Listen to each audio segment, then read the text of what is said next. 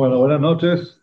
Estamos en esta semana en Parshat Balak, una parashá que tiene, que si bien el nombre de la parashá es un nombre negativo porque habla de una persona que nos quiso destruir, sin embargo, trae las profecías más lindas, más importantes, más fuertes, más positivas que tiene nuestro pueblo. Muchas veces uno lee la Torá y dice, no uno, gente que lee la Torá y se pregunta, dice, pero si la Torá fue escrita por un hombre y ponen a la Torá en el nivel de cualquier libro escrito por cualquier ser humano, y muchas veces uno, bueno, más allá de que no necesitamos pruebas para decir que la Torá fue entregada por Dios, porque nosotros, eso es parte de nuestra emuná, de nuestra fe, aún así la Torá tiene muchísimas pruebas. Desde el hecho de que la Torá fue entregada frente a millones de personas, cosa que ninguna otra religión tiene, ¿sí? Que la misma Torá, el mismo escrito diga, yo se los estoy entregando no a una persona para que esa persona después vaya y se lo entregue a los demás, sino yo lo estoy entregando a un pueblo entero frente a millones de personas, lo cual eso genera, le da veracidad a la Torah, porque si fuese una sola persona que fue y la entregó, uno puede decir, bueno, ¿y quién dijo que es verdad? Sin embargo, si son millones de personas que la recibieron y ellos se la entregaron a sus hijos y los hijos a sus hijos, así, obviamente que es más fácil, más lógico decir que la Torá existe a decir que la Torá fue escrita por un ser humano. Pero también existe otra parte de la Torá que es la parte de las profecías. La Torá tiene muchas profecías, porque la Torá no habla solamente de la época del pueblo judío en el desierto, sino también nos habla hacia adelante. Y esta para allá es una de esas parashiot en la que la Torá nos trae ciertas profecías, que algunas de ellas se cumplieron, otras podemos ver, como vamos a ver hoy, que quizás se está cumpliendo ahora en estos momentos. Y por último, nos da también la certeza de que si se cumplieron ya algunas, entonces también las que todavía no vimos se van a cumplir también. Nos dice el Rambam, Maimónides, ustedes saben que el último, en el Mishneh Torah de Maimónides, en el libro que habla, es digamos, el set, la obra más importante que tiene Maimónides, que es el Mishneh Torah, que es un libro de leyes, de Halajá, la última se la dedica al Melech HaMashiach. Habla del Mashiach. Y lo habla no como algo de que una esperanza de algo que va a llegar, sino es una alajá. Una alajá significa algo que nosotros debemos cumplir. Entonces el Rambam es interesante porque nos cita la para allá esta semana, nos dice así. Dice, el Melech HaMashiach, el rey Mashiach, a ver, creo que lo tengo acá, me tomé antes el trabajo, no sé si lo tengo todavía abierto, pero de sacar la traducción al español, así lo leemos con mayor facilidad. Eh, él nos habla en las leyes de Reyes, nos habla sobre el Melech HaMashiach y nos dice lo siguiente en el capítulo 11.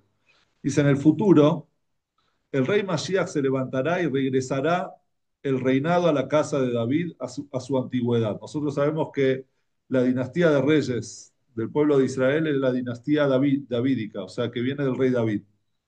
Esa dinastía de reyes se cortó y el Mashiach va a ser un descendiente del rey David, que él va a regresar el reinado a la casa de David a su antigüedad, al primer gobierno. Él construirá el santuario, es decir, el Bet HaMikdash, y juntará a los dispersos de Israel, de todo el mundo, para que vayan a Eretz Israel. Todo el que no cree en él, dice Rambam, y ahí empieza la parte alágica, ¿sí? Rambam dice que hay que creer en el Mashiach. El que no cree en el Mashiach, o el que no espera su llegada, no solo niega a los otros profetas, digamos, a los profetas posteriores a Moshe, sino a la Torá y a Moshe Rabbeinu. A la Torá y a Moshe mismo está negando. Es decir, no creer en el Mashiach es no creer en la Torá y no creer en Moshe. ¿Por qué? Porque la Torá testificó sobre él. La misma Torá nos testifica sobre el Mashiach, como expone. Entonces Hashem tu Elohim te hará retornar del cautiverio, se compadecerá de ti y te reunirá otra vez de entre las naciones. Si la misma Torá nos habla de la reunión del pueblo de Israel a Eretz Israel. Y ahora el Rambam cita también como alajá la parashá de esta semana, Parshat Balak. Dice así, también en la sección de Bilam está dicho, allí profetiza sobre los dos Mashiach. El primer Mashiach, que es David, que salvó a Israel de manos de sus opresores, y sobre el último Mashiach, que surgirá de sus descendientes, que salvará a Israel de manos de los descendientes de Esau. Allí está dicho, lo que dicen la parashá esta semana, lo veo, pero no ahora. Dice Maimónides, ¿qué significa lo veo, pero no ahora? Eso alude a David. Bilam fue previo a David, si todavía no existía, el pueblo judío estaba en el desierto, ni siquiera había llegado a Eretz Israel. Entonces, lo veo, pero no ahora, alude a David. Lo veo, pero no está cercano en el tiempo, que es lo que dice también Bilam. El versículo dice, lo veo, pero no ahora, lo veo, pero no está cercano en el tiempo. ¿Por qué redunda? ¿Por qué dice dos cosas iguales? Porque en realidad está hablando de dos cosas iguales, parecidas, pero distintas, que son los dos reinos de David. El primer Masías, que es David, entonces lo dice, lo veo, pero no ahora, alude a David. Lo veo, pero no está cercano en el tiempo, alude al rey Masías que va a venir pronto, Besat Hashem. Una estrella saldrá de Jacob, alude a David. Un cetro surgirá en Israel, alude al rey Masías. Dominará los límites de Moab, alude a David. Así también dice, golpeó a Moab y lo midió a cordel, diezmando a todos los descendientes de Shet, alude al rey Mashiach sobre el que está dicho, gobernará de mar a mar. Es decir, lo que traemos de este Maimónides es que la parashá de esta semana nos lleva a nosotros la fe en la llegada del Mashiach a la halajá, a creer en que el Mashiach va a llegar. Ahora, me acuerdo una vez, yo estuve varias veces asistiendo a la comunidad judía de Cuba, en La Habana. Y bueno, cuando íbamos les llevábamos medicamentos, ropa, comida, ¿sí? Asistencia, hacíamos festividades, campamentos para chicos, diferentes cosas. O sea, cada época hacíamos otra cosa. En el templo había un señor que venía, nos hablaba en Yiddish, nos decía, ¿ustedes crees en el Mashiach? No, perdón, nos preguntaba, ¿y cuándo viene el Mashiach? Entonces nosotros automáticamente, Jabániki, el Rebbe nos enseñaba a decir hoy. Entonces le dice, bueno, ¿me prestás $100? Te lo devuelvo cuando llegue el Mashiach. Y la verdad era que eso era la mayor, quizás, prueba que una persona tenía. O sea, realmente crees en el Mashiach, entonces le tenés que dar. ¿Entendés? Si no, nos tenemos que replantear si realmente estamos creyendo con fe absoluta en el Mashiach. Pero bueno, Rambam nos dice que hay que creer. Entonces, en la charla, en la clase de hoy, nosotros vamos a tratar de que no quede solamente en algo de fe abstracta, sino vamos a ver cómo otras de las profecías que dijo Bilam se cumplieron. Y eso nos va a dar la pauta que, si Dios quiere también, desde Hashem pronto, se va a cumplir también la profecía de la llegada del Mashiach. Cuenta la historia en el Talmud sobre eh, tres sabios que estaban caminando, tres o cuatro, ya no me acuerdo bien, que estaban caminando, estaban volviendo de Roma a Jerusalén y de repente vieron la destrucción de Jerusalén y ellos lloraron y Rabbi Akiva, perdón, ellos eh, lloraron y Rabbi Akiva sonrió, entonces le dijeron, ¿por qué estás llorando? ¿Por qué te reís? Entonces le dice, ¿ustedes por qué lloran? Entonces le dijo, ¿no ves que está saliendo un lobo del lugar del templo? Es decir, el lugar donde estaba el Bet HaMikdash, el lugar más sagrado que nosotros tenemos, hoy sale un lobo. Entonces Rabbi Akiva dijo, justamente por eso yo me río. Si se cumplió la profecía de que va a salir Shualim y Jubó, lobos o zorros, no sé bien cuál es la diferencia, pero van a caminar en él, entonces también se va a cumplir eso nos da la pauta que se va a cumplir también la profecía de la llegada del Mashiach. Es decir, ya Rabbi Akiva vio una profecía negativa algo positivo. ¿Sí? Una muestra de que también la profecía positiva se va a cumplir. Entonces hoy nosotros vamos a ver parte de las profecías de Bilam. Pero vamos a hablar un poco antes sobre este pedazo de la parashá de Bilam, porque hay un pasaje en el Talmud, en el Tratado de Baba Batra, que nos dice que Moshe escribió dos cosas. Moshe escribió el libro de Devarim, que es Deuteronomio, el último de los libros de la Torá, y también escribió la parashá de Bilam. escribió esta para allá que leemos en este Shabbat. El libro de Dvarim, nosotros entendemos porque está el libro de Dvarim entero, se llama Mishneh Torah, es la repetición de la Torah. La dice Moshe, la misma Torah nos dice que se paró Moshe frente al pueblo de Israel, es básicamente un monólogo larguísimo de Moshe preparando al pueblo para ingresar a Eretz Israel, haciendo, además de algunas mitzvot nuevas leyes nuevas que les da, él también recuerda sucesos que pasaron con el pueblo durante esos 40 años en el desierto, etcétera, que los vuelve a repetir, y es como una forma de decirle, acuérdense de todas esas cosas que pasaron y cuídense para el futuro. Esa Torah, ese cuarto, digamos, ese quinto libro de la Torah, obviamente con autorización de Dios o por orden de Dios, Moshe lo escribe. Pero era algo que era propio de Moshe. Y también escribió, dice el Talmud, escribió esta para allá, la para allá de Bilam. Nos dice el Hatam Sofer algo interesante. ¿Por qué él escribió, Moshe escribió la para allá de Bilam y no escribió otras historias que ocurrieron con el pueblo judío que están escritas en la Torah? Solamente, obviamente, Moshe escribió toda la Torah por orden de Dios. Pero específicamente Moshe escribió esta parte, digamos, la escribió no solamente por orden de Dios, sino junto con Dios. Es decir, Dios le decía a Moshe lo que había sucedido con Bilam, ahora vamos a ver, y Moshe lo escribió junto con Dios. O sea, lo escuchó de Dios y lo escribió. Entonces nos dice el Hatam Sofer lo siguiente: todas las cosas que sucedieron en la Torá tuvieron un testigo por lo menos. Es decir, todas las plagas que hubieron en Egipto la vieron todo el pueblo judío. Todos estuvieron ahí, vieron las plagas. Todos vieron también la entrega de la Torá, por ejemplo. Todos vieron el maná que caía del cielo. Vieron la partición del mar. Y si vamos más atrás, todas aquellas historias que la Torá nos cuenta con nuestros patriarcas, estaban los patriarcas que lo vieron. O sea, ellos mismos estuvieron presentes.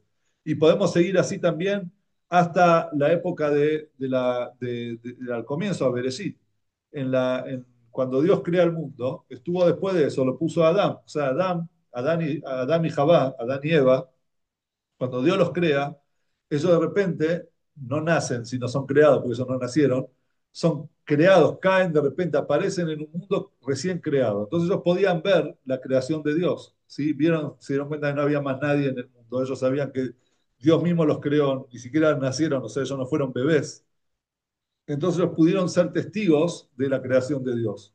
Toda la Torah es así, menos la parashá de Bilam. ¿Por qué? Porque la Torah nos está contando una historia que el pueblo judío ni siquiera se enteró de lo que había pasado. Si ustedes se ponen a ver la historia, que ahora la vamos a contar, ahora vamos a contar bien la historia, se van a dar cuenta que ni Moshe ni el pueblo de Israel eran conscientes de lo que estaba pasando y de esos milagros y esas profecías que había dicho Bilam. Entonces, ¿cómo lo sabemos? Porque Dios le dijo a Moshe, vení Moshe, escribite esto porque acá está la llave, está el futuro del pueblo judío. Estas palabras de Bilam es el ADN del pueblo de Israel, escribílas. Y por eso es que Moshe escribió esta para allá, la para allá de Bilam. Es interesante también que esta para allá, que es una para allá de fe, de algo que no tenemos, no hubo alguien del pueblo judío, alguien de nuestra historia, de nuestros antepasados, que haya sido testigo de lo que pasó, ¿sí? O sea que en realidad el pueblo judío le creía a Moshe por fe, o a Dios. Hoy en día se encontró, después de la Guerra de los 6 días, en el Valle del Jordán, en Jordania, se encontró en un templo arameo, la ruina de un templo, que en una de las paredes estaba escrito como una visión de Bilam, ¿sí? De este Bilam, de este profeta. Lo pueden buscar, las escrituras de Bilam.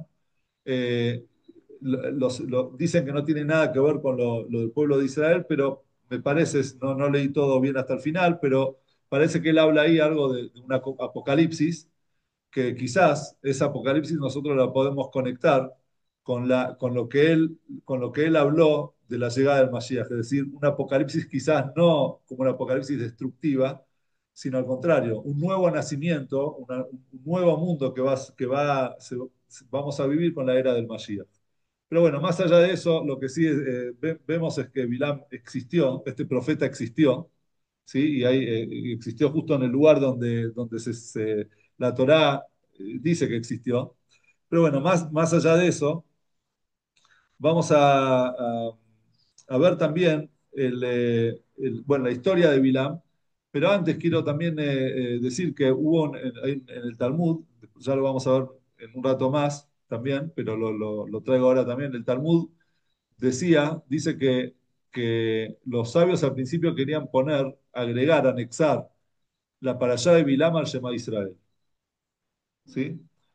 Y no lo hicieron para no molestar, no cargar al tzibur, a la comunidad, con demasiado texto, ¿sí?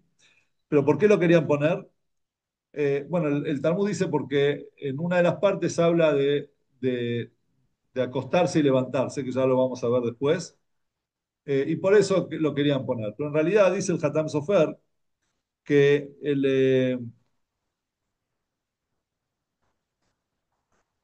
la parashá esta es tan importante porque nos habla de la protección de Dios aún cuando el pueblo judío no está consciente. Es decir, antes de que las cosas sucedan, Dios ya nos va a proteger. Entonces, por eso era tan importante esta parashá. Eh, bueno, después de este comienzo, de esta introducción, vamos a ir un poco ahora a la parashá en sí, ¿sí? Para obtener un poco para entender de qué estamos hablando. La parashá trata así: el pueblo judío estaba en el desierto y estaba pasando, se estaba dirigiendo hacia la tierra de Israel, y estaba cerca de las tierras de Moab. Las tierras de Moab quedan hoy en día Jordania, ¿sí? Ya camino a Israel, y Moab tenía un rey que se llamaba Balak Ben Zippor. Y él dijo, él decía, mira, este pueblo ya venció grandes potencias, ya demostró que en batalla no lo vamos a poder vencer. Entonces yo tengo que buscar otra estrategia para vencerlo. ¿Cuál era el problema de Balak? Que él creía que el pueblo judío era un pueblo como los demás que conquistaba tierras en el camino por conquistar. Pero el pueblo judío no tenía interés ni intención de entrar a la tierra de Moab, sino estaba pasando por ahí, camino a Eretz Israel. Ni siquiera estaban listos para una guerra. No quería ni siquiera una guerra. Pero él, por las dudas, quería deshacerse del pueblo. Entonces se le ocurrió, dijo, si por la parte bélica, si por una batalla, una guerra, no lo voy a poder vencer, entonces lo voy a vencer espiritualmente. En la tierra de Midian había un hombre que se llamaba Bilam, era un profeta, un reconocido profeta, que él podía hablar con Dios, él tenía una conexión con Dios, una conexión espiritual con Dios, y él recurrió a Bilam. Le dijo, mira, mandó gente, le dijo, mira, Bilam, te necesito. Entonces Bilam le dijo a esa primer contingente, le dijo, bueno, quédense acá a la noche, si Dios se me aparece, lo que me diga Dios, yo lo voy a responder. A la noche se aparece Dios y le dice a Bilam, no, no vayas con ellos. Al otro día se levanta Bilam y le dice, discúlpenme, no puedo ir con ustedes. Entonces le comentan eso a Balak. Balak vuelve a mandar otro contingente más especial, digamos, con más honores, y le vuelven a decir a Bilam, Bilam, se ve que él también tenía la intención, dentro suyo quería acceder a eso, pero bueno, él es un profeta de Dios. Entonces le dice, espérenme no les dijo, no, Dios ya me dijo que no. Bueno, espérenme a ver qué me dice Dios a la noche. Tanta insistencia, Dios le dijo que de vuelta te vinieron a buscar. Sí, bueno, ok, anda con ellos, pero vas a decir exactamente lo que yo te voy a poner en tu boca. Listo, se levanta a la mañana y se va con ellos. Vamos a saltear un poco la parte de las historias. Vamos a llegar al momento en el que él eh, sube a una colina de donde vio al pueblo de Israel para maldecirlos. ¿Sí? Y ahí nosotros vemos subió a 4 colinas, porque en cada una, en vez de bendecirlos, Dios les puso bendiciones en su boca. Ahora vamos a ver cuáles son. Y como en una no le funcionaba, Balak lo llevó a otra, cuatro veces, a cuatro colinas. Si nosotros separamos las cuatro bendiciones que le dio, la podemos catalogar de diferentes maneras. La primera habla sobre el futuro del pueblo, pero el futuro hasta la redención, es decir, la historia de nuestro pueblo, hasta el día de hoy. Nos habló desde el momento que estábamos en el desierto hasta hoy, habla del ADN del pueblo judío. Después, en la segunda colina, él habla del amor que Dios le tiene al pueblo de Israel. ¿Sí? Ahora vamos a verlo de adentro. En la tercera colina, él ve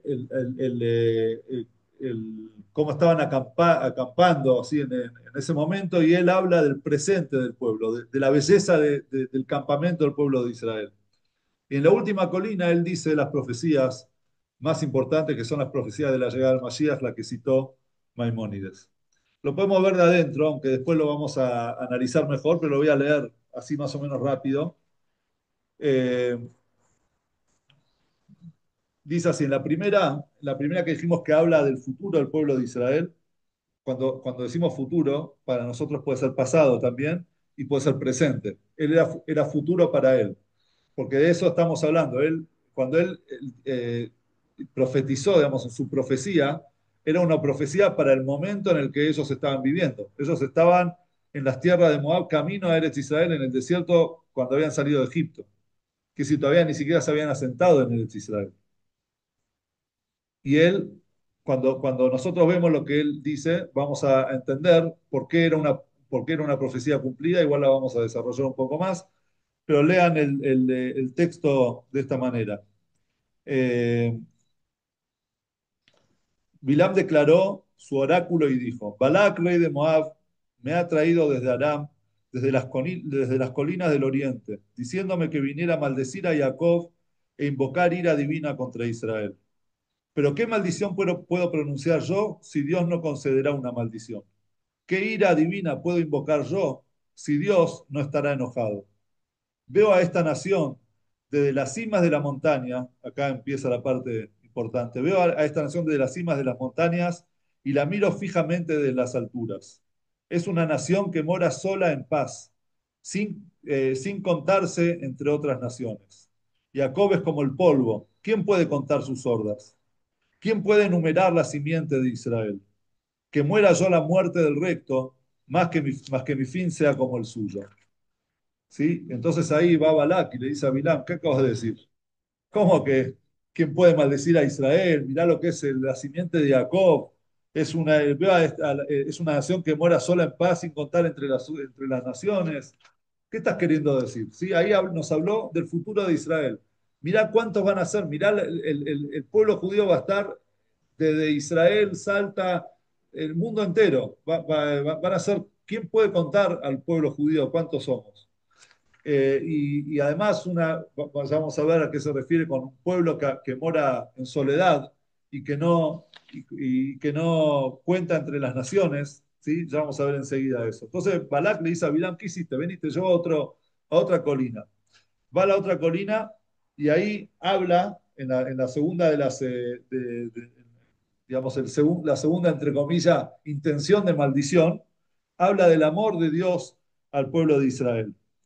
Y dice así, eh, bueno, proclamó su oráculo y dijo, 19, Dios no es humano para que sea falso, ni mortal para que cambie de parecer. Dirá algo y no lo hará, o hablará y no cumplirá. Es una bendición la que he tomado. Y cuando hay una bendición tal, yo no puedo revocarla. Dios no mira maldad en Jacob y no ve vicio en Israel. Dios, su Señor, está con ellos y ellos tienen la amistad del rey. Puesto que Dios los sacó de Egipto, ellos son como su máxima expresión de fortaleza. Ninguna magia negra puede ser efectiva contra Jacob y ningún poder oculto contra Israel. ¿Cómo está actuando Dios? Es la única pregunta pertinente a Jacob e Israel. Esta es una nación que se levanta como el rey de las bestias y se eleva como un león. No se echa hasta que come su presa y bebe la sangre de su cacería. Es decir, habla también de lo que es el pueblo de Israel y la relación que tienen Dios con el pueblo de Israel. Entonces Balak lo mira a Bilam y le dice, ¿Qué hiciste otra vez? Te traje hasta acá para maldecir y de vuelta los bendecís. Los llevó a una tercera colina. En la tercera colina, el Bilam vuelve a bendecir al pueblo de Israel, pero los ve en ese momento el campamento. Él dice acá que cuando Bilam se dio cuenta de que Dios deseaba bendecir a Israel, no procuró las fuerzas ocultas como había hecho antes. En vez de ello, posó su mirada hacia el desierto. Y cuando vio el desierto, vio de repente el campamento. En vez de estar enfocado en la magia negra, digamos, en la maldición, de repente dijo, bueno, ya veo que no puedo, voy a mirar hacia ellos. Cuando los vio, miró hacia el desierto y vio el campamento. Cuando alzó los ojos y vio a Israel morando en paz por tribus, entonces el Espíritu de Dios estuvo sobre él y dijo, de vuelta proclamó y dijo así, eh,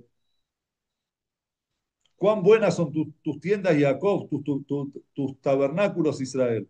Se extienden como manantiales, como jardines junto al río, son como los aloes que Dios ha plantado, como cedro junto al agua. Bueno, vamos a saltar un poco. Cuando su reino esté establecido, su rey será más grande que Agag, puesto que Dios los sacó de Egipto, ellos son como su máxima expresión de fortaleza. Dios devorará a sus naciones enemigas, triturando sus huesos y atravesándolos con sus flechas.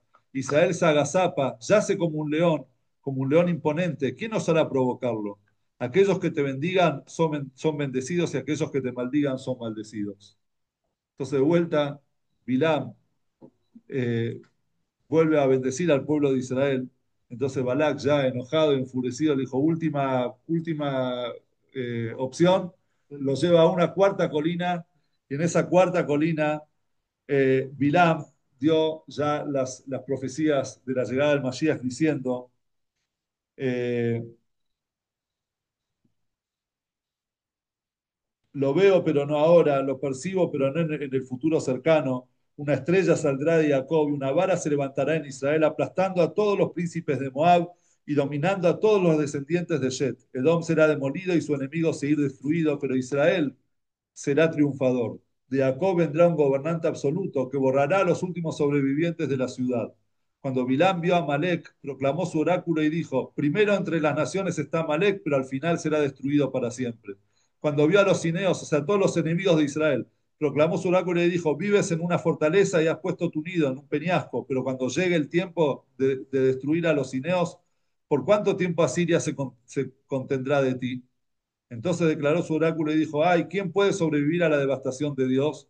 Barcos de guerra vendrán de los puertos de los Kitim y ellos azotarán a Siria y Eber, pero al final ellos también serán destruidos para siempre. Es decir, todos los enemigos de Israel, todos aquellos que durante la historia del pueblo quisieron destruir al pueblo, al final, dice Bilam, serán destruidos y serán, digamos, borrados por Dios. No estamos hablando de las personas, estamos hablando de los enemigos, de los imperios que quisieron destruirnos.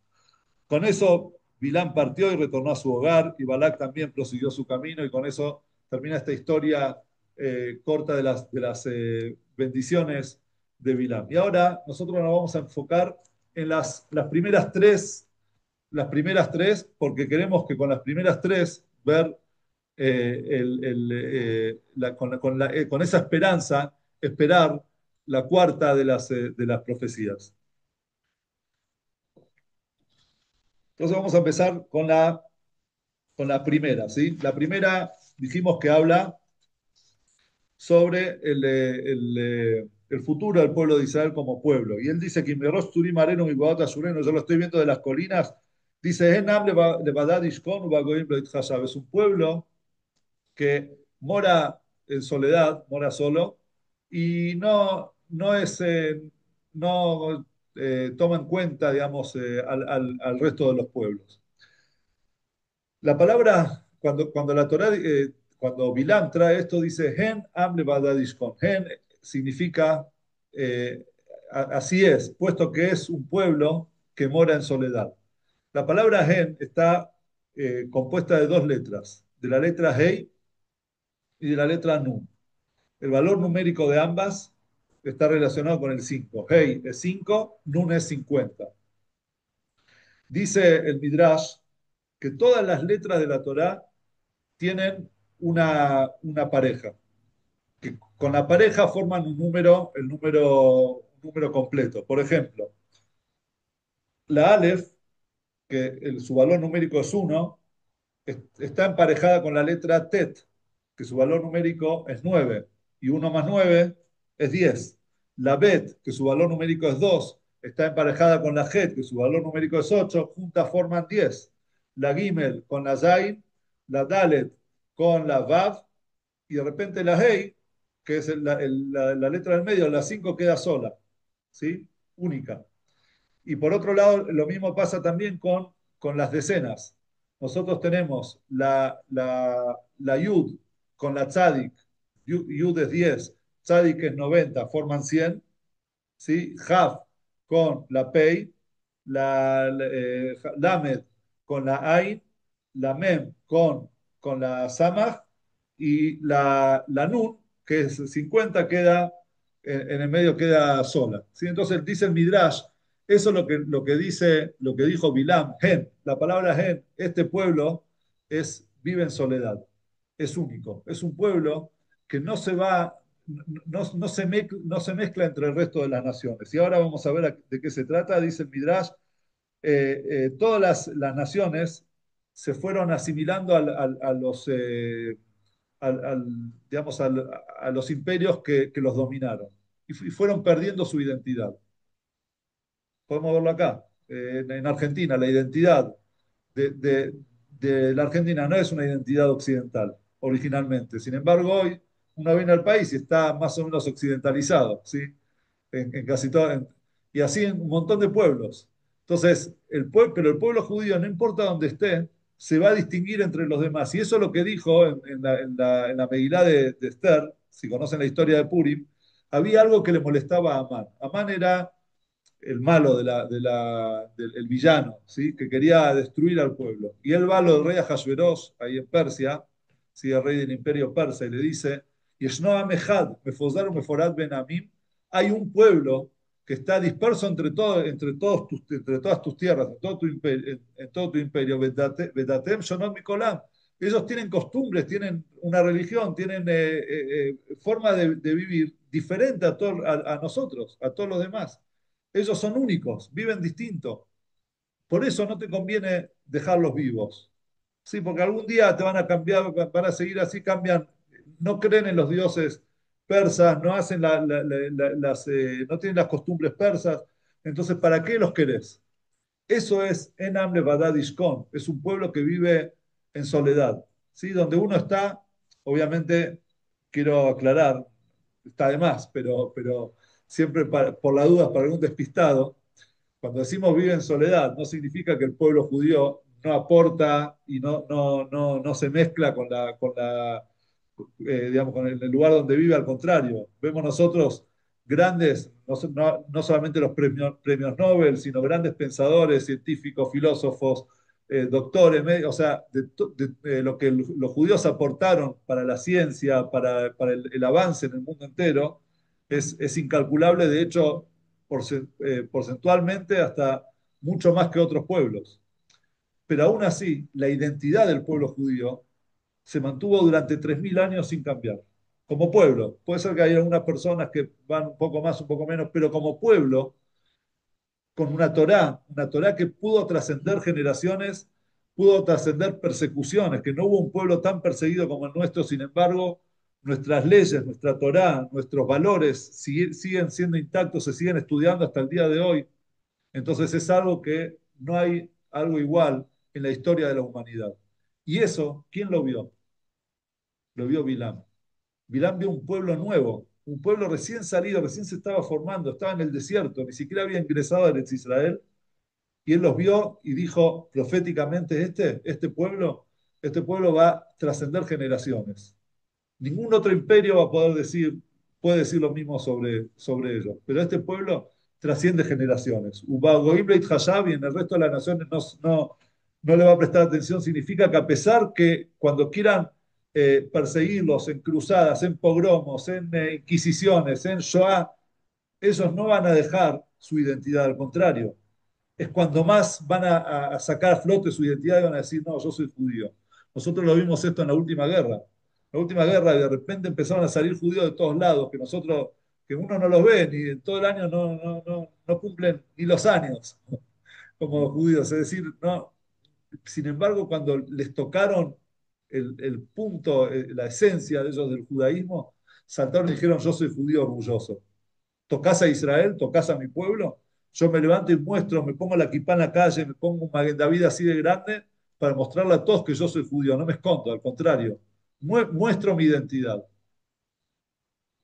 Entonces, eso es lo que vio y lo que se cumplió de la profecía, la primera profecía eh, eh, que dijo Bilam, ¿sí? Y esto es interesante porque en general la sociedad, la sociedad va en manada. Vieron que la sociedad generalmente se deja llevar por lo que todos hacen. Uno se puede dar cuenta, por ejemplo, en la moda. Lo que antes, lo que hoy no te gusta porque te parece anticuado o te parece no sé qué cosa, de repente se empieza a usar y de repente te empieza a gustar. Y vos decís, pero ¿por qué si antes no me gustaba? Yo me acuerdo cuando era chico usábamos trajes cruzados. Y de repente vino uno que había, el padre le trajo de no sé dónde, última moda, un traje derecho. Y para mí, recto usaba mi abuelo. Usaba el traje de dos botones recto. Era de viejo, no era para, y lo miramos y dijimos, "Pero es horrible. A los 2, 3 meses estamos todos con traje recto y era lo más lindo. El cruzado ya quedaba anticuado. Y después de 3 botones, después 4 botones, después 2 botones.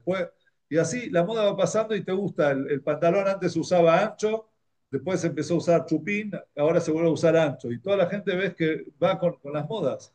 El ser humano va en manada y de repente que venga un pueblo y diga, a mí no me importa la manada, no me importa lo que hagan todos, yo soy así, yo cumplo Shabbat, yo como kosher, todos festejan domingo, yo festejo Shabbat, todos comen cualquier cosa, yo como kosher, yo hago Brit Milá, yo creo en un solo Dios, en un Dios que no tiene imagen. Entonces, y uno va y va en contra de toda la corriente, somos la minoría. El otro día alguien me decía, no, pero somos, no sé, el 1 2 3%. Digo, ¿qué 3%? 0,00, no sé cuántos somos del mundo. No, somos insignificantes, sin embargo, vienen los amán de hoy en día, y dicen, ay, no, Mejada, hay un pueblo que hace que vive y de repente estamos en el centro de todas las noticias. ¿Por qué? ¿Qué te interesa? Somos 0,0, somos insignificantes en el mundo, de los billones de personas. Pero así es, es un pueblo que se distingue por no asimilarse a todos los demás. Cuentan que había hubo un Hasid, se llamaba Belbel Green, que él fue un científico que, que él estaba, bueno, él era uno de los encargados de investigar si existía vida en Marte. Bueno, digamos, trabajó, no sé si para la NASA, no sé, para que era una persona, un profesor muy importante. Y él cuenta en un libro suyo de una sijá, una charla del Rebbe, que a él le generó un impacto tan fuerte que a partir de ese día él decidió ponerse la kipá y empezar a ir con kipá en la calle. Entonces el Rebbe cuenta, primero hablemos, antes de contar lo del Rebbe, hablemos de quién fue el primero de nuestros patriarcas, el primer judío, Abraham Avinu. Sí, Abraham, nuestro patriarca. Abraham se lo llamaba Abraham Ibrí, Abraham el hebreo. ¿Por qué se lo llamaba el hebreo? ¿Y por qué eso nos quedó hasta el día de hoy a nosotros? En hebreo, en hebreo, la zona Codes en el idioma sagrado significa del otro lado. Abraham, que era del otro lado. Obviamente, en esa época hablaban del otro lado del río, o sea, que él vino del otro lado del río. Sin embargo, nos dice la Torá que el concepto de del otro lado era mucho más que geográfico. En la vida de Abraham, Abraham iba contra la corriente, nadaba contra la corriente. En esa época, el mundo era politeísta.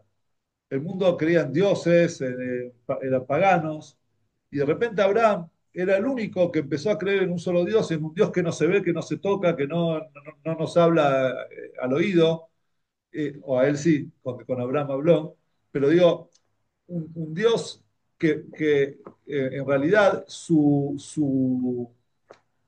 grandeza está en lo abstracto. Es decir, No es un Dios que nosotros podemos medir, no es un Dios que nosotros podemos mover de un lugar a otro, no es una estatua, ¿sí? Es un Dios que está en todos lados. Y Él es el hacedor de todo y es el hacedor de nosotros también, el creador. Entonces, Abraham estaba todo el mundo de un lado y Abraham era ibrí, era hebreo, él estaba del otro lado, estaba en la vereda de enfrente. Y aún así, Abraham no tuvo miedo de enfrentar al rey Nimrod, de hasta enfrentarse a su padre, todas las historias de las estatuas del padre, cómo fue de a poco poniendo en la mente de la gente la idea de un solo Dios, del monoteísmo. Y eso siguió así también hasta Yosef, su bisnieto, Yosef Atzadik, él vivió en Egipto, y ahí viene la hija del Rebbe. Yosef vivía en Egipto, en un lugar donde él no estaba con sus hermanos, con su familia, en, en su tribu. Él estaba solo y educando a hijos en un lugar donde estaban muy lejos, muy distantes de sus creencias. Y aún así, Yosef es considerado en la Torá Yosef Atzadik, es llamado Yosef el Justo, porque nunca se movió de sus tradiciones. Entonces dice el Rebbe, trae en la Sijá, que esto es lo que trae Belvin Green, que él escuchó de la Sijá del Rebbe lo siguiente. Dice, la Torá nos dice que cuando le trajeron de comer, Yosef se sienta con sus hermanos, dice, le pusieron a él la comida solo y a ellos solo, o sea, por separado, y a los egipcios que comían con él generalmente le pusieron también por separado. Entonces dice Rebe, ¿qué quiere decir eso? Él, o sea, que le pusieron a cada uno la comida por separado. Él con sus hermanos puede ser que no quería mostrarse, digamos que, o sea, ellos comían kosher, entonces le habrán dado comida especial. Pero ¿qué decir él con los egipcios? Si los egipcios comían con él siempre, ¿por qué comía separado? ¿Por qué no comía, qué decir con él? Comían, eran los egipcios que estaban cercanos a él. ¿Por qué no comía junto con ellos? ¿Por qué se separaba de Yosef siempre para comer? Entonces, hay un comentarista dice que como los egipcios tenían prohibido comer eh, eh, cordero, y a Yosef le traían cordero, entonces él se separaba. Pero dice el Rebe, no, no es eso. Yosef Atzadik comía solo porque él cuidaba, él comía kosher en su mesa. La mesa de él, la comida que él tenía era una comida especial y el vino que él tomaba era un vino kosher que si se lo tocaba no lo podía tomar. Es decir, acá nos muestra, nos dice la Torá cómo Yosef, en el lugar donde generalmente, hoy, ¿dónde se cierran los grandes tratos? En un almuerzo, en una cena, en una comida juntos. ¿Ve? Vamos, los invito a comer y ahí se hacen los negocios, se hacen todo.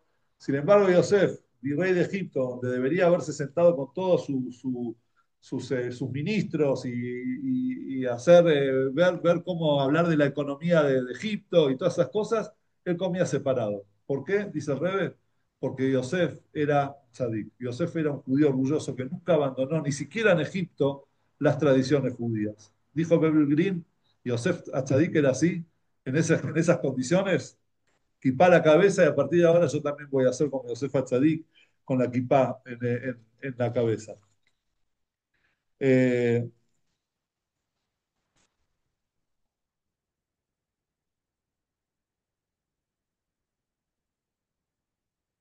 El Rebe dice, algo que me estaba salteando, que quizás lo más importante, lo más interesante es que cuando el faraón vio que Yosef se comportaba de esa manera, que era una persona con principios fuertes, con valores inquebrantables, entonces el faraón no solamente que lo respetaba, sino que podía confiar en él y lo valoraba mucho más a Yosef. ¿Por qué? Porque él sabía que Yosef iba a guardar su secreto. ¿Cuál era el secreto del faraón? El faraón era como un dios en Egipto. Sin embargo, Yosef, que él venía de otro lugar y sabía otros idiomas, se dio cuenta que el faraón no hablaba todos los idiomas como él les hacía creer a los egipcios en su época. Entonces el faraón sabía, Yosef sabía un secreto del faraón que nadie sabía y lo cuidaba. Entonces el faraón dijo, si Yosef está dispuesto, si Yosef es una persona que cuida su identidad, cuida sus valores y no es inquebrantable, entonces tampoco va a quebrar su promesa de que va a guardar mi secreto hasta la tumba. ¿Sí? Entonces Yosef le dejaba bien en claro a los egipcios, yo soy parecido a ustedes, pero no somos iguales. yo tengo mis creencias, yo tengo mis leyes, mis reglas y esas las voy a cuidar hasta el final. Una vez fue un grupo está contado en el libro sobre el Rebbe, de un grupo que estaban por cumplir Bar Mitzvah, o habían cumplido Bar Mitzvah y fueron al Rebbe. El Rebbe les preguntó si tenían pensado ir a una yeshiva. Entonces los chicos le dijeron que no y uno de los chicos argumentó que en su barrio los chicos no acostumbran a ir a la yeshiva. A ir a la yeshiva. Y bueno, si no, si no, no van a la yeshiva, no quiere ser diferente. Entonces Rebele, cambiándole de tema, le dijo, decime, ¿qué estudiaste ahora últimamente en la escuela? Entonces le dijo, estudiamos sobre Abraham Avinu. Entonces Rebele le dijo, si Abraham Avinu hubiese tenido en cuenta lo que decía la gente de su barrio, entonces no hubiese sido Abraham Avinu, no hubiésemos sido nosotros hoy el pueblo de Israel. Es decir, a veces lo que caracteriza a nuestro pueblo es que podemos ser judíos eh, orgullosos, cumpliendo la Torá, a pesar de que nuestra vecindad nadie lo cumpla. Hay una historia sobre el rabino de Inglaterra, el anterior al Rabbi Sachs. Si todos conocen Rabbi Jonathan Sachs, que alaba Shalom ya falleció, pero el anterior a él, que falleció en 1991, Rabbi Emanuel Jakubowicz, él fue invitado una vez a una cena de gala, un baile, no sé qué hacía, en el Palacio de la Reina, ¿sí? Y de la Reina de Inglaterra. Entonces él le mandó una carta con mucho respeto, respondió la carta que le hubiese encantado ir, pero que él come kosher y por eso no se va a sentir cómodo estando en una cena donde todos van a estar comiendo y no va a poder comer. Entonces le respondieron del palacio de la corona una carta, una nota diciendo rabino, porque en Inglaterra el rabino principal tiene categoría de lord, o sea, rabino de toda la comunidad judía de la corona, ¿sí? De todo de Gran Bretaña.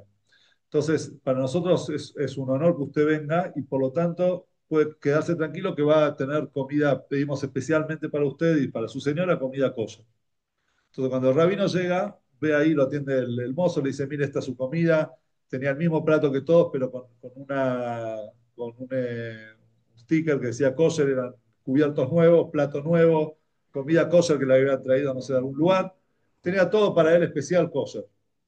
Perfecto, entonces él se sienta, empiezan a comer con todos y de repente se da cuenta que todos en un momento se levantan todos y cambian de lugares. Entonces él dice, ¿qué pasa acá? Entonces le dice, no, acá hay una costumbre que en la mitad cambian las sillas para de esa manera todos pueden interactuar con todos. Entonces él dice, pero se pensó para dentro suyo, dice, si me levanto ahora y me voy a otro lugar y después de otro lugar, hay un solo plato y un solo cubierto. Entonces ya pierdo mi plato y mi cubierto. ¿Qué hago? Pero tampoco quiero ir y ser grosero y no comer. Entonces agarró su plato él y su señora agarraron su plato y fueron con el plato de un lugar a otro. Entonces cuando se terminó la fiesta, se estaban yendo los invitados, el príncipe Carlos se le acerca y le dice, Rabino de los platos, ¿cómo le va? Entonces empezaron a charlar, tuvieron una charla entre ellos sobre la idea del kosher y cómo lo que significa el poder abstenerse de lo que uno no puede y todos los beneficios que eso significa, que una persona sepa decir que no a lo que está prohibido. Empezaron a hablar todo filosóficamente sobre el tema del kosher y al príncipe Carlos le interesó tanto que la llamó a su mamá, la reina, dijo, vení mamá a escuchar esta charla que está muy buena. En el público había otro judío que no era practicante. Y le dieron celos. Mirá, está el rabino ahí con barba que yo hablando con la reina y él como que judío también. Entonces fue, se acerca y dice, hola, yo también soy judío. Entonces la reina dice, vos sos judío y ¿dónde está tu plato? Le dice. ¿Y tu plato? Es decir, el yehudí se identifica como yehudí y es respetado por ser yehudí. Y yo les puedo decir, a mí en lo personal, a mí mucha gente me pregunta, me dice, che, Salta, una ciudad tan católica, tan, qué sé yo, vos judío vas con la barba, con la kipá, con el chichit en la calle. Y les digo la verdad, o sea, nunca me sentí más respetado que acá, justamente, porque la gente te ve y no es que por ser judío te discrimina, al contrario, mucha gente se me acerca y me dice, me habla con mucho respeto, con mucha calidez, o sea, es decir, una persona que muestra convicción y que muestra que se aferra a lo que él cree, entonces es respetado por la gente. Lejos, uno cree que si se va a ocultar, se va... No, es respetado por la gente. Bueno, eso es lo que nos dice Bilam, hablando del pueblo de Israel, dice, este pueblo va a ser un pueblo, no le va, no se, no se va no va a dejar, ¿cómo se dice?, asimilarse por el resto de los pueblos. Su Torá, como dice el Eben Ezra, no se van a mezclar con todas las naciones para abandonar la Torá, como hicieron, es decir, las leyes y las tradiciones, como lo hicieron el resto de los pueblos. Ahí Rav Jacobson trae siempre trae una metáfora, digamos, algo muy lindo, muy interesante. Dice que viene una vez, llega, baja un avión o baja del cielo, vamos a decir, Sócrates, y llega a Grecia. Entonces lo atiende ahí un muchacho en migraciones, le dice, buenas, ¿en qué lo puedo ayudar? Soy Sócrates. Le dice, sí, ¿en qué lo puedo ayudar? Dice, ¿cómo que lo puedo ayudar? Grecia, yo soy Atenas, yo, Sócrates, ¿cómo la...? Dice, bueno, pero usted ya está en la historia, ya nadie, poca gente sabe su historia. No todos no es tan conocido como usted, como era antes. Dice, ¿cómo que no? Dice, a ver, ¿sabes qué? Llévame a la Acrópolis, donde nació la filosofía griega, donde nosotros, grandes pensadores y filósofos griegos, hicimos toda esta cultura. La Acrópolis dice, si quiere, por unos dólares le doy un guía para que lo lleve y le dé un paseo ahí por una visita por las ruinas de la Acrópolis. Dice, entonces, llévame al templo de Zeus, quiero ir a rezarle a Zeus. Dice, el templo de Zeus, está bien, si quiere de vuelta, el mismo guía que lo va a llevar a Acrópolis lo va a llevar al templo de Zeus. Pero hoy en Grecia ya pertenecemos a la iglesia ortodoxa griega, ya no está más Zeus. Entonces de repente se da cuenta también Sócrates que le está hablando en otro idioma. Dice, ¿qué es el idioma que estás hablando? No es el griego antiguo. Entonces le dice, no, ya no se usa más eso, ya está, hoy en día nadie, es otra. Agarra y dice, ¿sabes qué? Mejor me vuelvo al cielo. Se va Sócrates. Baja Julio César, llega a Roma y le dice el muchacho que lo atiende, le dice, buenas, ¿quién es usted? ¿Cómo quién soy yo? El emperador, Julio César. La gente escucha mi nombre y tiembla, dice, ¿cómo que quién soy yo? Dice, bueno, ya historia de eso, ¿qué más? ¿Qué quiere? Entonces dice, ¿cómo que quiero? Dice, llévame a las escaleras del Gran Senado. ¿El Senado? Senado ya, puedo llevar a las ruinas del Senado. Dice, ¿cómo? Dice, la gran Roma, el gran imperio romano, el imperio romano hoy ya es Italia, es parte de la Unión Europea, un país que está, no es más el gran imperio romano. Bueno, llévame al gran Coliseo. El Coliseo son lo mismo, las ruinas del Coliseo. Dice, bueno, al templo de Júpiter. Templo de Júpiter, señor, ya acá la iglesia católica, nosotros somos Roma. Entonces viene Julio César, le dice, y decime, ¿y hablar en latín sabés? Le dice, ¿latín? Algunos profesores en la universidad quizás sepan latín, con la iglesia, pero no es... se agarra a Julio César, se va. Baja de repente, llega a Israel un hombre así con un anciano, con la barba, lo atiende el Señor, le dice, buenas, ¿quién es usted? Yo soy Moshe, algunos me llaman Moshe Rabenu. ¿Moshe Rabenu? Dice, yo tengo un hijo Moshe y a veces le decimos Moshe Rabenu así de amor. ¿Usted es el que nos llevó 40 años en el desierto para llegar hasta esta tierra? Bienvenido, Moshe, le dice. Entonces el Moshe dice, gracias, sí, soy yo. Dice, pero escuché una cosa, algo urgente. ¿Sabés? ¿Vos sabés lo que significa lo que son los tefilín? Que está en la Torá. No sé, me está, me- eh, me hace, ¿cómo se dice? Eh, me hace gozo. ¿Cómo no voy a saber lo que es el tefilín? Venga, lo llevo acá al Bet Jabad, le pone tefilín enseguida. Vamos, ve que están todos poniendo tefilín. ¡Wow! Le dice, el hombre le dice, seguramente, Moshe, usted tiene hambre, hace 3.000 años que no come, viene de la época del desierto. ¿Quiere comer algo? Le dice, sí, pero mirá, yo no sé si puedo comer acá porque yo como cosas. Kosher, obviamente, todos comemos kosher acá. Como, mira, acá tiene esto de carne, esto de leche, esto está supervisado por este, por el otro, la yejitá. Entonces Moshe mira y agarra y dice, venga, acompáñeme. Cuando están saliendo ahí del aeropuerto, de repente ve una mezuzá. Estuvieron en Ben Gurión una vez en el aeropuerto y dice, hay una mezuzá así más o menos. De repente ve la mezuzá gigante en la puerta. Moshe le da un beso, ve que el hombre le da un beso. Moshe le da un beso. Con lágrimas en los ojos le dijo, dice Moshe, yo sabía que ustedes iban a conservar esta Torá por muchos años más. Moshe Rabbeinu puede llegar hoy en día a nuestras casas, a nuestros hogares, y sentir que todo lo que él dio, todo lo que él enseñó, todo lo que él puso en la Torá, todavía se sigue cumpliendo. 3.000 años de historia, y no en el Eretz Israel. Moshe puede venir a Salta, puede ir a cualquier parte del mundo donde hay judíos y le va a hablar, van a leer la Torá y va a ser la misma Torá que él escribió, el mismo texto. Vamos a tener la misma mezuzá en las puertas, el mismo par de tefilín, las mismas leyes de Kashrut, el mismo Brit Milá. Y Moshe se va a sentir orgulloso de decir, este es el pueblo que llevó mi tradición por generaciones, pasó por todas las persecuciones, pasó por todas las...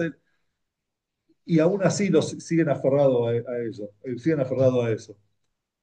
Eso es lo que nos dijo la profecía de Bilam, este Bilam Arrayá. Bilam era un malvado, pero nos dijo profecías que hablan de nuestro ADN. Am levadad ishkon ubagoim leitchashav. Este es un pueblo que se va a distinguir, un pueblo que no se va a asimilar, no se va a dejar llevar por el resto de los pueblos y va a seguir llevando su Torah y su identidad hasta para siempre. ¿Sí? Esa es la primera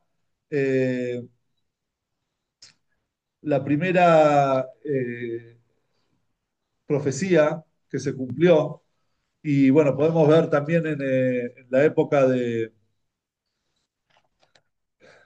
la historia de Hanukkah, en la época de los Hashmonaim, no me voy a extender demasiado, pero toda la historia de Hanukkah sucedió en Grecia, en esa Grecia que era en ese momento el poder, era la civilización del mundo, que nos dejó hasta el día de hoy un montón de cosas, ¿sí? La diplomacia, la filosofía, el atletismo, un montón de cosas, valores que hasta a día de hoy nos dejaron a nosotros los griegos. Sin embargo, Matitiago Cohen dijo, ustedes pueden saber mucho, pero no saben todo.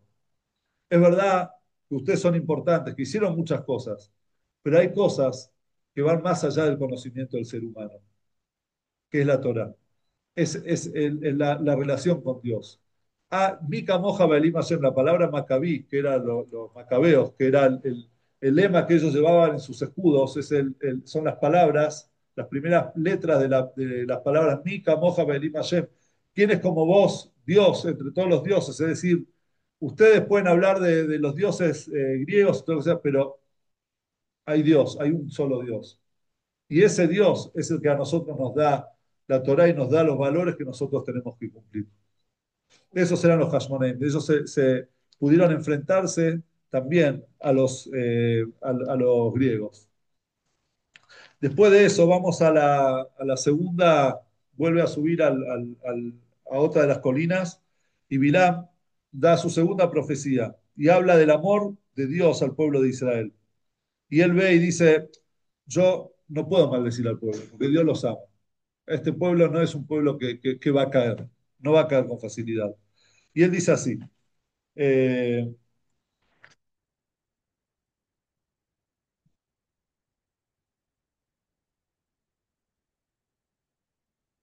después de decir, eh,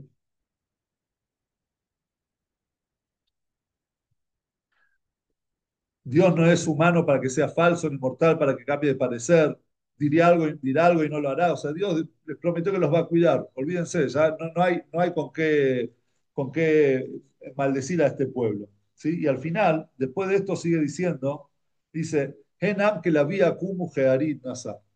Y este versículo es un versículo que hoy se puso de moda, o es muy conocido. Porque en la última guerra de Israel con Irán, eh, políticos israelíes, o Netanyahu, el primer ministro de Israel, le puso el nombre a la operación contra Irán, Am Kelaví, ¿sí? Un pueblo como un león se va a levantar. Y esto está basado en este versículo. Él lo tomó de este versículo. Viene Bilam y dice, este pueblo, esta es una nación que se levanta como, como un león. O sea, como un labí ¿cómo se dice? La esposa de león. Eh, no, una leona, pero le dice leona, no tiene otro nombre, ¿no? Bueno, como una leona y se eleva como un león. No se echa hasta que come su presa y bebe la sangre de su cacería. Viene Bilam y, y dice, este pueblo, viendo un pueblo de vuelta en el desierto, un pueblo que no sabía de dónde vienen, a dónde van, sabían de dónde venía, pero no sabía qué le deparaba el futuro. De repente él dice, no, este pueblo es como un león, se va a levantar como un león. Y después, cuando vuelve a subir por tercera vez a la tercera colina, es decir, en la próxima profecía, él vuelve a repetir, cuando habla cuando ve el campamento del pueblo de Israel, él dice algo parecido a eso, a esto. Dice, Karaya Hab Kaariu Jelavim Ekimenu. Me barejeja Baruch, me barejeja Aruch. Está agazapado, es decir, está recostado como un león y como una leona, ¿quién los puede levantar? Hay algunos comentaristas que, como lo tradujo acá en español, dicen, eh, ¿quién nos hará provocarlos? Como diciendo, cuando ellos descansan también, ¿quién se va a animar a provocarlos? Siguen siendo un león y una leona, ¿sí? Aquellos que te bendigan son bendecidos, aquellos que te maldigan son maldecidos. Pero en realidad otros comentaristas se preguntan y dicen, acá muestra al león y a la leona en dos posiciones diferentes. Eh, en la primera nebuá, la primera profecía, él habla, dice que es como un pueblo que se levanta como una leona y como un león se van a levantar y no van a acostarse hasta comer su presa, ¿sí? Es decir, muestran la fuerza del pueblo de Israel. Y en esta profecía muestran la decadencia del pueblo de Israel. Es un león agazapado, un león recostado. Y además, fíjense ustedes que primero, la primera profecía, primero trae la leona y después al león. Cuando se levanta, primero la leona y después el león. Y cuando se acuesta, dice primero el león y después la leona. Entonces hay algunos comentaristas que dicen que en realidad va de forma ascendente o descendente. El león es más fuerte que la leona. Entonces, cuando habla de levantarse, el pueblo se levanta primero como una leona y termina siendo como un león. Y cuando en su época de decadencia, es decir, en el exilio, en las épocas de opresión, en las épocas que el pueblo judío sufre, están como un león y agazapado como una leona, es decir, se van apagando un poco. Pero aún así, estos dos versículos, que parece como que habla del poder por un lado y por otro lado de la debilidad del pueblo de Israel, Rashi trae una explicación. Dice, porque la pregunta que muchos comentaristas se hacen es ¿por qué toman el ejemplo de un león? ¿Por qué no toman el ejemplo de cualquier otro animal? ¿Por qué el león y la leona? Entonces Rashi trae dos explicaciones.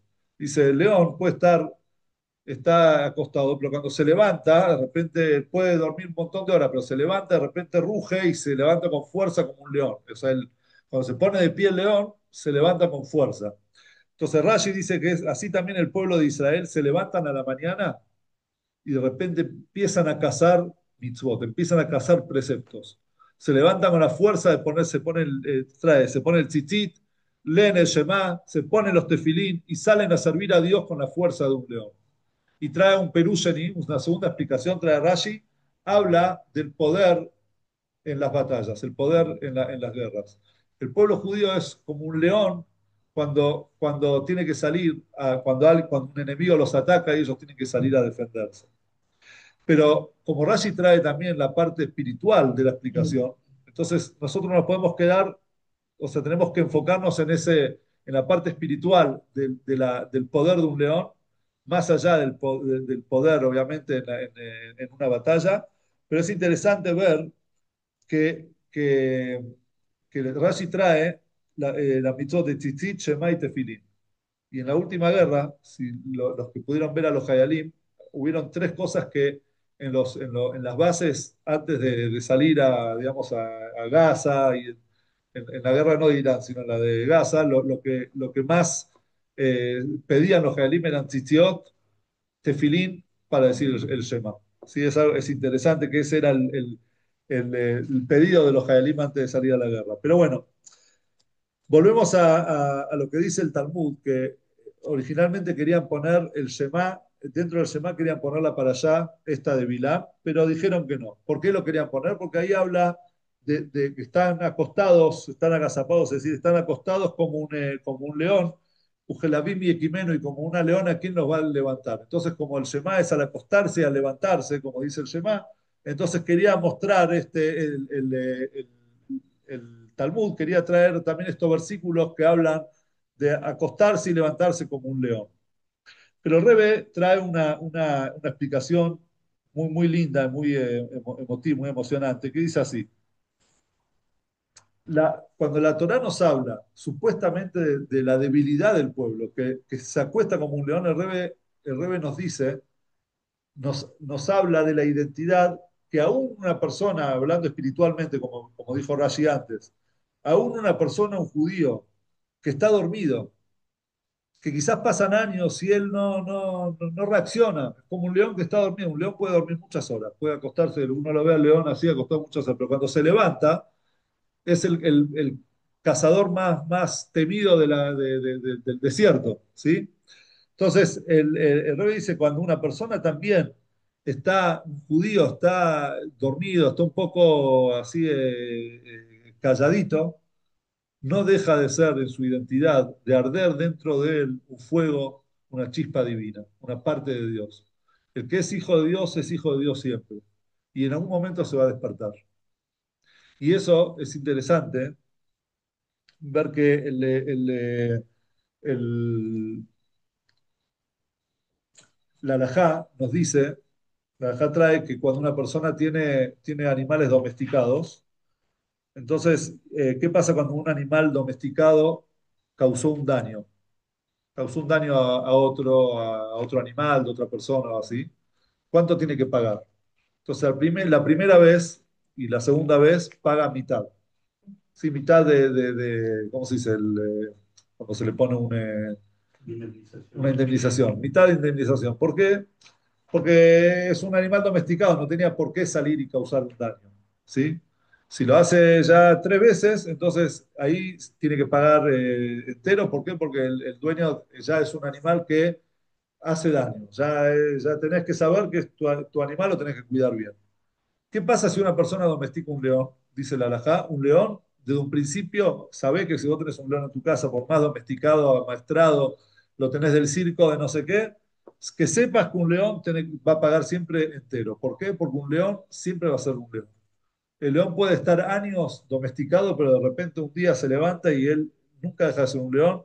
Un día se levanta, hay de hecho historias sobre cosas que pasaron con leones en circos y cosas así. El león de repente se le sale, se acuerda que es un león y chau, deja toda domesticación atrás, ¿sí?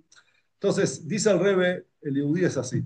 Un Yehudí puede estar dormido muchos años, se puede creer alejado, pero no está realmente alejado. En cualquier momento se levanta su chispa judía y de repente vuelve con esa fuerza a la Torá, a las mitzvot, se siente judío orgulloso. Y eso es interesante, que el judaísmo, a diferencia de muchas otras religiones, el judaísmo es hereditario. ¿Sí? O sea, existe la conversión, pero eso ya es otro tema. Pero en general, el judaísmo no es proselitista. Uno no va a convertir judíos. En otras religiones hay que convertirse a. En el judaísmo, uno nace judío y es judío. Y pueden pasar generaciones y generaciones, y quizás él ni sabe por qué es judío, pero si su madre es judía, él va a ser judío, es hereditario. ¿Por qué? Dice el Rebe, porque Am que la vi. El pueblo judío, como dijo Bilam, es un pueblo que es como un león. En cualquier momento puede estar dormido, pero de repente su Neyamá se despierta y así sale adelante.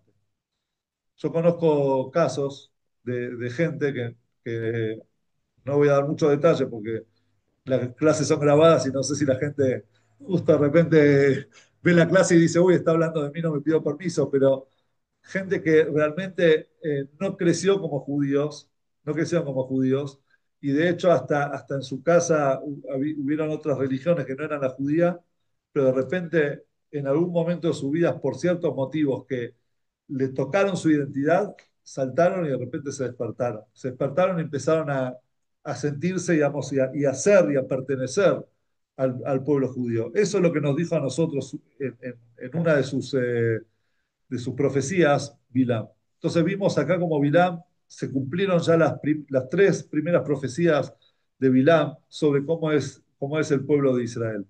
Y esto seguro va a ser así con la última de sus profecías, la cuarta, cuando él le dijo a Balak, ya cuando las cosas ya estaban mal, mal, mal, ¿qué le dice él a Balak? Le dice, ¿sabes qué? Entonces proclamó su oráculo y dijo, esta es la palabra de Bilam, hijo de Beor, la palabra del hombre con el ojo iluminado. A ver,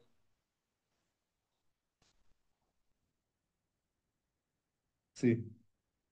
Eh, 14, no estaba leyendo un versículo después. Ahora retorno a mi pueblo, pero primero le dice él a Balak, te anunciaré de lo que esta nación le hará a tu pueblo en los días finales. Bajrita de mí, cuando llegue el Mashiach. Y ahí él le dijo, y ahí empezó todas las predicciones, todas las profecías que iban a ocurrir, que van a ocurrir cuando llegue el Mashiach.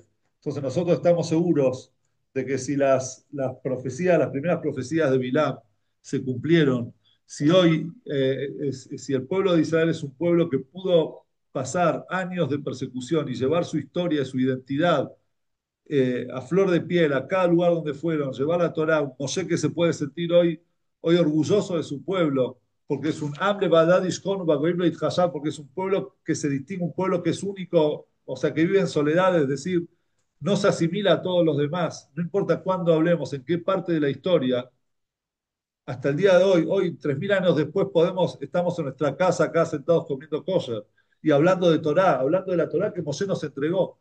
¿Qué pueblo tiene un libro de 3500 años de historia y que lo estudia a diario, lo lee a diario y lo vive? No solamente leerlo como algo, sino que lo vive, lo analiza y es parte de la vida de uno.